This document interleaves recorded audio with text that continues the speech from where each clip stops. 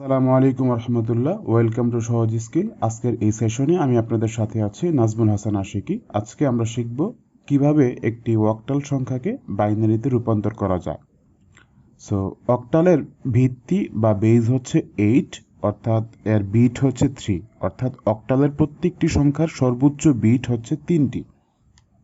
So আমরা প্রথমে একটি ম্যাথ দেখব, তাহলেই আশা করা যায় আমরা বাকি ম্যাথগুলি খুব সুন্দরভাবে বুঝতে পারবো।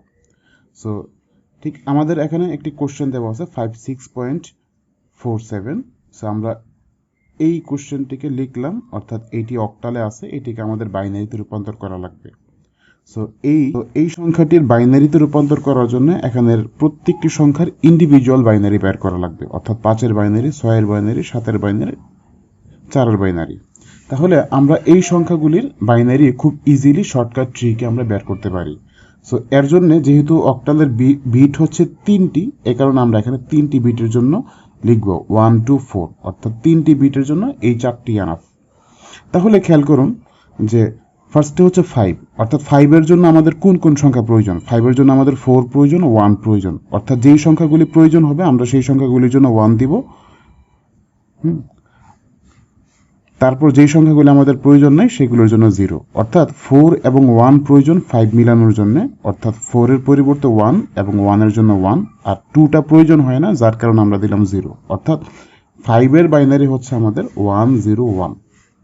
ঠিক একইভাবে 6-এর বাইনারি কত? 6-এর জন্য আমাদের 4 প্রয়োজন হয়, 2 প্রয়োজন হয়, লাস্টে 1 প্রয়োজন হয় না, অর্থাৎ 6-এর বাইনারি হচ্ছে 110।